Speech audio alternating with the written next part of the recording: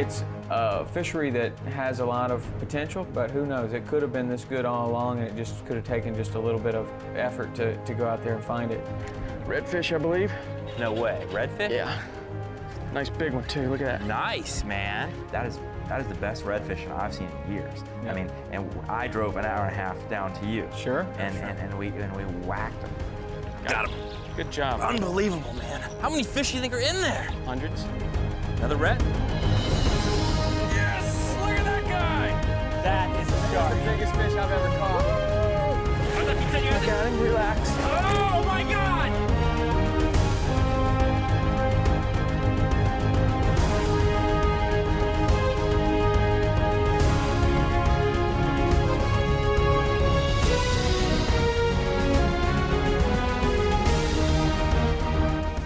K Saltwater Experience with Captain Tom Rowland and Captain Rich Tudor.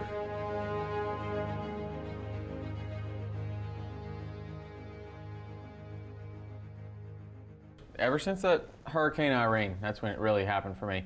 I saw them coming in on the flats. I saw them, you know, in areas where I was normally bone fishing or even permit fishing. But then a couple of years later, I wasn't seeing them anymore, and I didn't know what happened.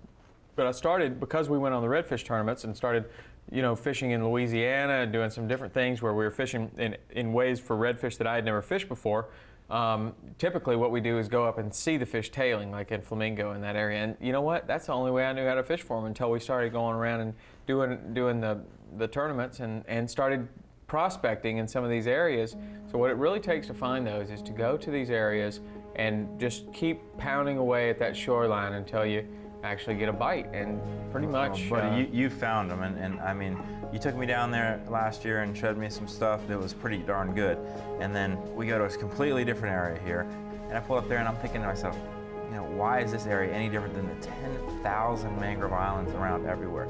And it really, to me, there was nothing there that looked overwhelmingly important. It was windy, we hid behind this little island, right. And I'm thinking, you know, all right, and you got me throwing up there. We took those Strike King jig heads and we started off with some shrimp, putting them on there, and I threw it up in there, and I didn't get bit, and I was ready to leave. And you threw up in there, and I guess you got it in deep enough to the mangroves that where that shrimp got down to the bottom, and it finally must have got their attention or something, and boom, there you go, nice. Nice job, dude, what do you got? Get out of the way. Ooh. It's gonna be a redfish, I believe. No way, redfish? Yeah. Nice big one too, look at that. Nice, man. Hit right with the jig head and with the shrimp? Yeah. Nice job, dude. Awesome. I thought we were glass grouper fishing. Man, he is really pulling some drag. Nice job, dude. Sometimes the redfish that I'll catch down this way are so light colored that they're just like white, you know? Well, they almost don't even look like a redfish. Remember the reds we That one caught is in Flamingo, how black they were. The ones up there that we've caught before are so beautifully vibrant red. That's the trick there, that good hook on the jig head, because if you got a weak hook, nice, well done, nothing man. good. Well done. We're gonna be able to get them, I think. I guess I need to put a shrimp on. You know, obviously, for years, you drove an hour and a half up to Islamorada, or at least to Hawks Cay, and ran across, you know, from Duck Key to go redfishing in Flamingo. I mean, it took you 3 hours to get to where the redfish are. Yep. And, you know, I'm telling you, that is the best redfish I've seen in years. Yep. I mean, and I drove an hour and a half down to you. Sure. And we whacked them. Like, no way. Another one? Yep. Give me a chance, why don't you? I guess I'm not getting it tight enough, huh? There's no chance. Home field advantage or something. Oh man, he is pulling drag. This is like Another fishing, redfish, fishing nice. in Louisiana, man. It's just one. Oh, I just got bit. There he is. Hello. Double header. Hello. I love it all. I'm wrapped. There he is. You gotta love that. Dude. You've got this going on. Yeah. Well, it's easy to. Oh, nice, I got a big one, nice dude. redfish. That's one of the things about the lower keys fishing that I think is, you know, unexplored, and something that I got into kind of because of my kids. At the time when I was really working on that, they were 5 and 6 years old, and they catch snappers all the time, and So we're kind of looking for something different. And it's a cool thing to be able to go along on the trolling motor and have them either fishing right next to you or maybe in the back of the bay boat. And you know, they're catching snappers all the time, and I can be prospecting for those redfish. And I'll tell you what, you know, that is really the secret to finding those things, is just spending the time there. And that's how I've learned a lot of that stuff, is just down those shorelines. Awesome, man. Dude, that was cool. That was cool. Mine is definitely larger than yours. I like that. Well, we're just getting started. Let's see here. Come here, Mr. Redfish. Take that hook out of there. It's quite mean, too. Wow. Daddy and Granddaddy. Look at the blue on his tail. Yeah. It's nice. Very, very cool. I knew I had a good thump there as soon as I get it. And I guess we weren't just, I just wasn't getting it tight enough. Well, you know what happens, man, is action brings more action. You start catching some fish, and then the whole school comes over there to check out what's going on. Mm-hmm. And that's why it kind of helps a lot of times to, like if I bring my kids to a spot like this, keep somebody fishing all the time. Because it, yeah, I like that, dude. You can just keep fishing all the time, and you can keep them going, keep them biting. Got him. Good job. Unbelievable, man. How many fish do you think are in there? Hundreds. Another red?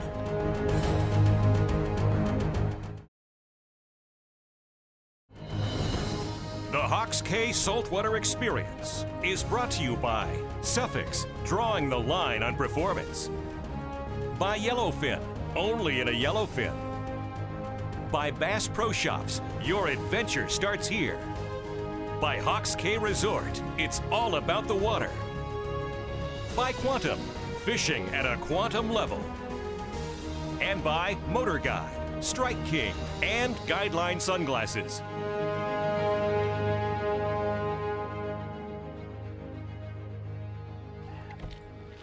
All these years, you've been coming up my way red fishing. I think I taught you too well. I mean, nobody does this down here, right? I'll tell you what taught me well was going to all those different locations all around the country and trying to figure it out, you know. And you see all these different anglers. You surround yourself with the best redfish anglers in the country, and getting nervous, nervous shrimp. got him. Good job. Unbelievable, man. How many fish do you think are in there? Hundreds. No way. Another red? Man, this is like, I would think we were in Everglades. No way. I might have just gotten taken. I think I missed the bite there. I had a little slack in my line right when it hit the water. This is unbelievable. This is like being back in the Everglades. You want to know something? It's better than the Everglades. And there's nobody ever fishes this It's stuff. better than the Everglades, if you ask me. We got clear water, you know, no pressure, short run. Yeah. Totally untapped fishery. It's a fishery that has a lot of potential for exploration for not only me and you, but everybody else out there. It's getting better and better, but who knows? It could have been this good all along, and it just could have taken just a little bit of effort to go out there and find it. You know, when we were doing those tournaments, I often thought, gosh, I wonder if they had a redfish tournament in Key West, you know, what the scores would be. Would these guys come from, you know, other places and be able to find redfish here? And you know what? Man, there's so many great red fishermen out there, and we you know, surrounded ourselves with the best red fishermen in the world when we did those tournaments, and learned so much from so many different people. And the answer is, yeah, man, they would have found those. They would have found them, because that fishing is similar to somebody's style of fishing somewhere, be it Texas or Louisiana or somewhere in Florida, and they would have gone, and it would have just been the logical choice. I'm just going to look around these mangroves like this. I'm going to cast in there and pop them. Well, that's a big one. That's a big one. God. You got some red? I don't know. Yeah, it's a big red. Big redfish. It's not even that big, man. He just pulling so hard. Oh, I love this bait caster for this. That's a nice fish. I tell you, these fish here, Why didn't you find this spot when we were fishing redfish tournaments? Because I didn't know anything about red fishing. nice one. I'll grab him for you. Look how red he is compared to the other one. Oh man. Think we could win some money on one of those? Man, these are slot fish, dude. Hey, I'll tell you what, man. I don't know what it is. It's these fish that are up around the mangroves. They just seem so powerful compared to the fish that are on the flats. I don't know what it is. Deeper water, more oxygen, I think, Tom. I tell you, man, they're just really powerful. They don't take the long runs, but they take the powerful, like putting you under the bushes kind of run. Nice fish.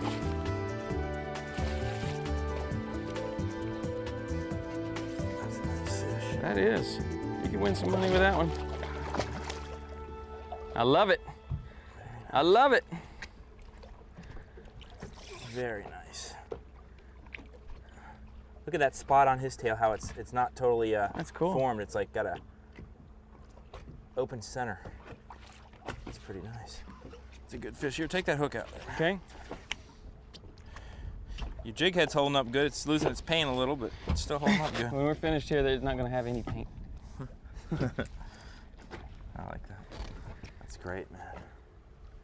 That's a great fish. Nice job. Okay, dude. while you admire him, I'm getting another No, shrimp. I'm letting him go right now.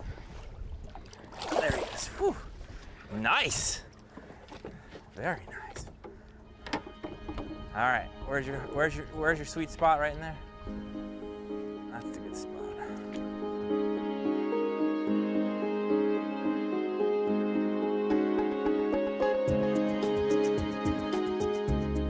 When we're catching these big redfish around the mangroves, we're throwing up there in tight, and we're really having to add that extra pressure to the spool. I mean, really lock down on it while we try to get them pulled out of the trees. If they get in there, we're breaking them off. So adding that extra thumb pressure to the spool on a conventional reel is the only way to do it. You don't have time to tighten that in that drag. You want to really just be able to add that thumb pressure until you get them out, and then you can loosen it up. Now, over the years, I've burned my thumb off the reel numerous times doing that. On a big reel, I've done it. On a big swordfish, big sharks, all kinds of things, just adding that thumb pressure to the spool and burning it off. Our friends at Unlimited Creations now came out with this nice little pad called a thumb dinger. Basically, it prevents us from doing that. We don't get our thumb burned off. We don't have to walk around with a bunch of tape on our finger. It's a real neat invention there. We can throw up in there, get the bite, add that extra, lock it down with our thumb there, add that extra pressure, then get them out away from the structure and reel normally, have our regular drag kick in there. Get one of these, you don't have to worry about walking around with tape on your hand like me for a week.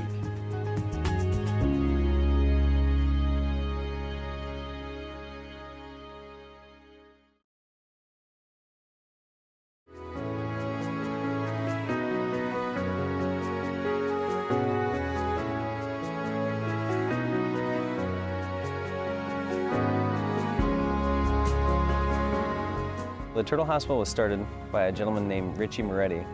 He actually owned Volkswagen dealerships back on the mainland, and he had a few of the most successful Volkswagen dealerships in the country at the time. In his early 40s, he decided to retire, move down here and buy this property, which is an old motel. From there, he started building his own personal aquarium, and he would go out and catch tarpon and throw them in our big pool out back. And from there, kids would come through and say, "Hey, Richie, where are your turtles at?" And from there, that kind of set forth the idea. And he approached the state and they said, well, if you're willing to rescue them and rehabilitate them and then ultimately work to release the turtles, we'll grant you a permit. And that's how the whole place started. Our main goal is to rehabilitate injured sea turtles and ultimately work to release them back to the wild. Right now we have 33 sea turtles. In addition to that, we have about 75 hatchling turtles that are due to be released in the next couple weeks. We'll get a call that there's a sick or injured turtle that's floating out in the water, in the open ocean. From there, we'll either go out and rescue the turtle and bring them in, or the Coast Guard or the Fish and Wildlife will go out and rescue them, bring them into us. We actually have a turtle ambulance here, which will go out, we'll pick up the turtles, and we'll bring them back here and go through kind of a standard veterinary procedure as far as giving them x-rays. We draw blood, give them a freshwater bath to kill any barnacles and leeches. We're the only state-certified vet clinic in the world for sea turtles, specifically just for sea turtles. The number one cause of injury with turtles would probably be either getting hit by boats or getting wrapped up in fishing line, lobster traps. And fishing hooks are quite common for turtles to swallow, especially if they still have bait attached to the hook. But it's the fishing line itself that will actually do the most damage. We always encourage both fishermen and the general public that if you see monofilament fishing line out in the wild, either in the ocean or even on land, just to pick it up. The Turtle Hospital, have actually placed recycling bins on all the piers and the bridges throughout the Florida Keys, so that if you see that, you can just pick it up and put it in these bins, and we'll take it back and recycle it. Monofilament fishing line takes about 600 years to break down out in the wild. So even if it's on land, with all the hurricanes down here, more likely at some point it's going to blow out into the ocean, and then it's going to get wrapped around a turtle's flipper, get wrapped around a manatee's flipper, around a dolphin. It can be very destructive.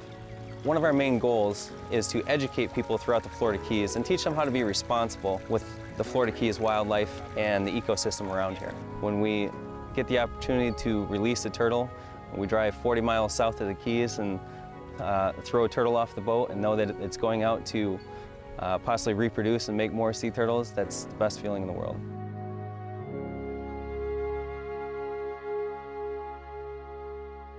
Sometimes action brings more action. You know, there's some motion, then the fish in the back of the school move forward and they're checking it out, what's going on, you know, and then you can just start catching them one after another. And that was the coolest part about using the Strike King jig heads. Absolutely. You know, you can catch fish after fish after fish without bending it out, but then you're versatile enough to where you can put a tube on, you can put a glass minnow on, you can go back to a shrimp, you can put a crab on, you can put a pilchard if we had it, whatever, on there and fish an area like that. And that's really the key, because if you had to change your lure or hook every time for a different bait, that would take too much time. So you need one thing that you can go to those bushes and cast, you know, multiple different baits on that one hook, and the jig head is the best. I missed another one.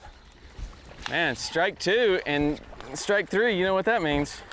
No. You gotta wash the boat. I remember you were the one, you just quickly got your artificial box out, and I'm still throwing shrimp, and I'm having to run back and get a shrimp every time I miss a bite. I'm having to run back and get a shrimp. And you quickly put on a Zulu, and I'm thinking, well, they're not gonna bite the artificials, they're on the shrimp. And you threw in there and just first cast. There he is. No way, on the artificial? Yep. Where'd you get them, on the Zulu? Yeah. So we don't even need to bother putting shrimp on now? No. We can catch faster like that, can't we? Yeah, we can catch him fast. And then I'm like, well, what do I go for now? And I grabbed one of the packages of the tubes and I put on a tube and I threw in there and hooked one on a tube. And then it was nice because, you know, instead of having to run back and get another shrimp, we're able to, you know, take the fish off, unhook them, let them go, throw it right back in there and hook another one. And you know, we just kind of got that frenzy, you know, kept the frenzy going. I think we went through, I know you went to glass minnows there and you were catching them on the glass minnows, electric chicken, and then we were catching them, I was catching them on those tubes, the bleed blade tubes. And I mean, it was just, you know, we went through basically everything in our tackle box there. That's the best fish I've caught today, and he was on the tube, on the artificial. That happens a lot, because the little guys stay away from it for a minute. You know, it's not like a shrimp. You know, they go in there and just pound it. I was using that faster retrieve, you know. That is a stud, dude. That is a good fish. Look at how fat he is, man. I didn't realize he was going to be quite that big when you were bringing him in. That's awesome, man. That's the best one of the day. Look at him. Look at that. Yeah. We might be disappointed in him in a tournament because he. From now on, you're not going red fishing with me and Flamingo. I'm coming down here to go red fishing with you, and we'll maybe you'll come up there and we'll be catching permit and Island Rana next time.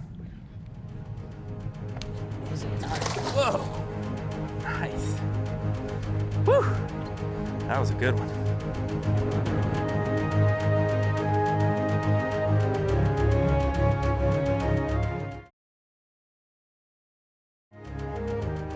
The Hawks Cay Saltwater Experience is brought to you by Yellowfin, only in a yellowfin.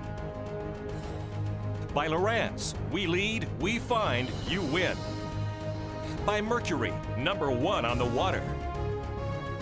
The Florida Keys in Key West, come as you are. And by Thumbdinger, Navionics, Scott Fly Rods, and Loadmaster.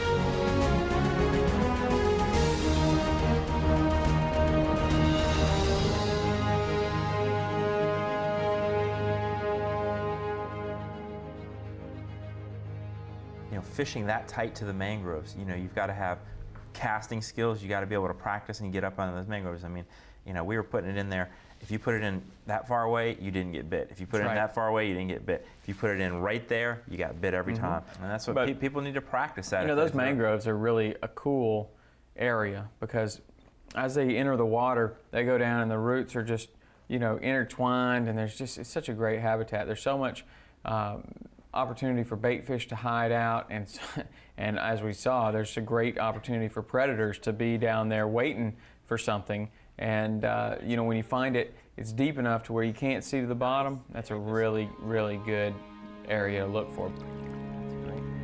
This jig head just working so perfect, man. It's like we can put a bait on when the bite slows down and get them biting, and then as soon as we get them biting, then we put the artificials on. Then if I want to catch more fish than you, I can put on a 3X. That's awesome, man. Look at that. The same jig head. I'm telling you right now, I've caught 20 fish on this jig head today. That's awesome. There he goes. There he goes, and here I go. Stuff. Good stuff. Here I go. I'm gonna put on the tube now.